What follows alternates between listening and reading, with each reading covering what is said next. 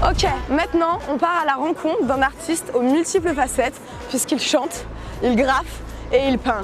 C'est un ami d'Ernesto Novo, si ça vous parle un peu. Je vous l'avais fait découvrir dans une des émissions des Nuits Secrètes de Juliette. Sa galerie, là où il expose, est dans le 3e.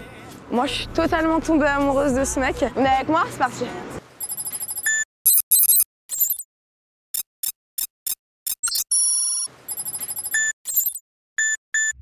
Ma tête fonctionne quel que soit le décor. Mon atelier, la liberté est ma seule adresse. C'est dans ma tête, j'ai besoin d'air, je suis en manque. Mon atelier, ma terre d'encre, ma maison mère, c'est dans ma tête. Du bleu, du ciel, de l'air, de l'eau. Mon atelier, du soleil, du beau temps, du pollen, du jaune. C'est dans ma tête, du rouge, du vin, du piment, du sang. Mon atelier, 3 couleurs pour faire Salut. tes sens. Coca. Bonjour Juliette. Enchantée. Ah, tu connais déjà mon prénom. Bah bien sûr, t'es connue comme tout. Je suis connue, Bah, reconnue. Bien sûr. Tout le monde te connaît enfin. Enfin, voyons, je suis connue comme le loup. Comment Voilà. ça va? Ça va, merci. Et toi? Ouais, ça va, ça va. Ouais. Bien. Tu te sens comment? Bah plutôt bien, écoute, cool, il fait beau comme un lendemain de Noël quoi. Bon alors tu me présentes un peu, on est où là? Alors bienvenue, ici on est à la New Earth City Gallery. D'accord. Donc voilà, c'est une galerie, c'est la 2e fois que je l'expose ici. D'accord. Et donc là je présente mon travail, donc un travail que j'ai réalisé, que je réalise sur place depuis 2 mois et demi en fait. Voilà. Ici. Voilà, sur place. Comme j'avais pas d'atelier, la galeriste Dans m'a ta tête, c'est gentiment... ton atelier? Exactement, j'ai tout suivi. Des images, des belles toiles, de l'espace, des étoiles. Mon atelier, des rues, un plumard, de la sueur et des larmes. C'est dans ma tête, des boulevards de poubelles, des bouteilles, des bouquins. Mon atelier, un sandar, un cigare, une guitare, une sansa. C'est dans ma tête. Tu te présentes un peu? Ben, donc je m'appelle Kouka, Ouais. je suis artiste plasticien, Ouais. également graffeur et rappeur. D'accord. Voilà. Donc c'est ce qui explique que tu laisses ton empreinte sur pas mal de murs. Exactement. Puisque moi, avant de savoir que t'exposais en galerie, je me suis dit, enfin en regardant ton travail sur internet, sur ton blog, à chaque fois c'était sur des murs, sur des murs, sur des murs. Exactement. Ouais. Ben, disons que c'est la meilleure galerie, la plus grande galerie du monde, c'est la rue, donc c'est là que j'ai commencé à travailler, c'est là que je continue et c'est là que je puise mon inspiration et c'est surtout par là que les gens me connaissent. On fait un petit tour pour voir un peu tes toiles. Yes. Et j'ai vu que tu avais pris beaucoup de plaisir à laisser ton empreinte un peu aux 4 coins du monde. Exactement. Tu m'en parles?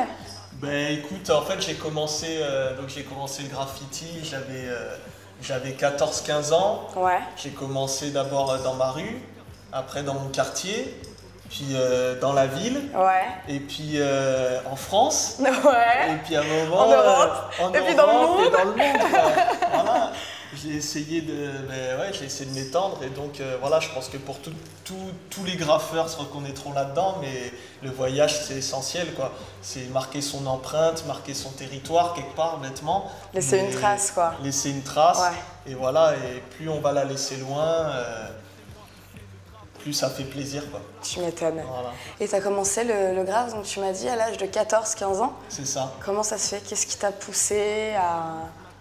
Ben en fait, je suis arrivé, moi je suis parisien à la base. Ouais. Je suis arrivé en province à l'âge de 14 ans et à Toulouse, c'est une ville où je connaissais personne. D'accord. Et donc voilà, il a fallu que je me fasse mes repères, donc je me baladais le soir pour découvrir la ville. Je connaissais personne et donc j'avais envie de laisser cette trace.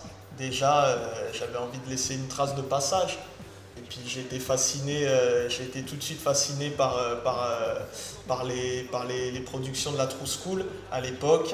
Donc Tilt, Soon, Der, Misvan, Fafi, voilà, c'est les artistes qui m'ont marqué en fait. Parce qu'ils étaient déjà sur les murs de la ville en 95, ils avaient déjà investi la ville quoi. J'ai vu que tu faisais aussi du son. Ouais. Tu nous en parles un peu? Ouais. Ouais. Pas de problème. Je fais du rap depuis l'âge de 15 ans. Ouais. Voilà, dans un groupe qui s'appelait l'Unité. Voilà, on était plusieurs rappeurs de provenances différentes, une unité. D'accord, j'ai vu que tu avais un EP, L'Enfant Blâme, qui est sorti en décembre 2010, Exactement. dont tu as tourné le clip d'un des morceaux au Musée des Arts Modernes à New York, Voilà. sans autorisation, monsieur. Ben ouais. Tu nous en parles un peu, ça aussi? Alors là, c'était marrant parce qu'en fait, on est arrivé au MoMA en fait, Ouais. comme des fleurs, Ouais. en se disant on va tourner le clip là-bas. Détente. Détente. Détente, easy. Ben oui. Easy, baby.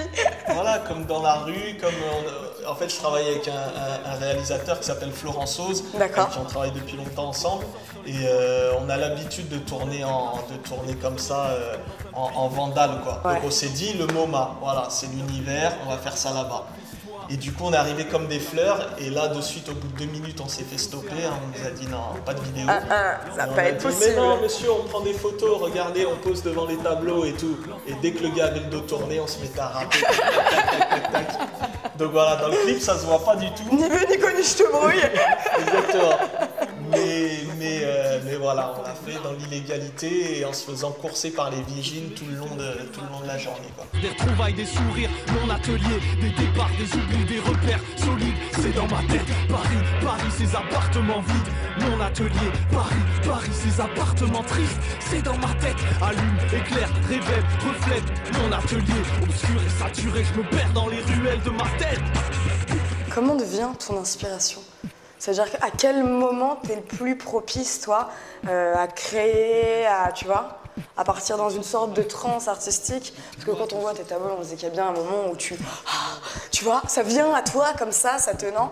Non, c'est tout le temps, je sais pas. T'es tout le temps inspiré. Ouais, j'ai le cerveau, il fonctionne tout le temps, ça s'arrête jamais, quoi. Ouais. Ouais, c'est pour ça que mon atelier, c'est dans ma tête. C'est pour ça que ton atelier, c'est dans ta tête. Ok. Tu me parles un peu de tes toiles? Celles qui sont exposées ici? Alors là, comme vous pouvez le voir sur cette toile ou sur celle-là, ce sont des autoportraits, tout simplement. Donc j'ai commencé cette série en fait toujours sur le travail sur l'image, sur l'identité. En fait, tu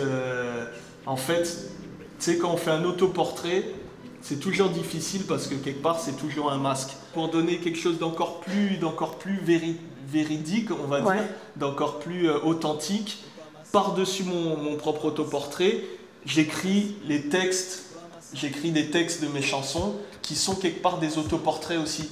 Par exemple, celle-ci. Ouais. Ça, par exemple, moi, ça me fait penser au Coran. Ah ouais, il y a un truc très de l'ordre du texte sacré, effectivement.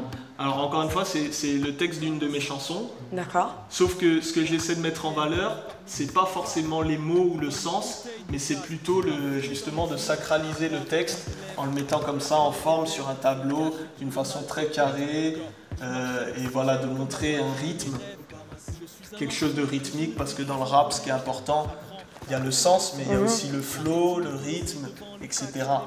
Tu dois savoir ça. Donc voilà, c'est pour ça que c'est ça que j'ai essayé de mettre en valeur sur ce tableau-là. Et te faire ressentir aux gens. Voilà. Bon, Coca, pour finir, dernière petite question. Si tu devais partir sur une île déserte, mais déserte de chez déserte, hein, pas d'hôtel, juste déserte. L'horreur. Le sable, les palmiers, la mer et toi. Ouais. Qu'est-ce que t'emmènerais? Ben, ma femme. Oh, il est trop mignon. Ta femme. Oui, en même temps, c'est vrai que c'est une réponse logique. Ben attends, c'est ce qu'il y a de plus précieux, quoi. Ah non, c'est pas pour avoir de la compagnie ou pour avoir quelqu'un à qui parler. C'est juste parce que pour toi, c'est vraiment quelqu'un. D'accord. Ok. Tu vas tout émoustiller. Oh mon Dieu. Et tu peux nous lâcher un petit morceau juste avant de partir. Un morceau soit extrait de ton album, soit du freestyle, comme tu veux. Moi, je voudrais voir ce que ça donne en live. Yes. Ouais. Cool. On est parti alors. Je suis l'enfant blâme, génération clash, noyé dans son crachat, celui qui sèche ses larmes avec un sparadrap. Je suis l'enfant terrible, mes cicatrices sont des dents de lait. Je suis l'enfant des villes, le petit-fils d'une époque de rêve. Je suis un pur produit du goudron. Je marche sur les autres, j'ai du sang sur les grolles. La France lutte pour mon intégration et puise dans mes ressources comme dans un puits de pétrole. Je suis l'enfant soldat d'un pays en guerre avec sa propre histoire. L'enfant des rues que la police croise. L'enfant blâme.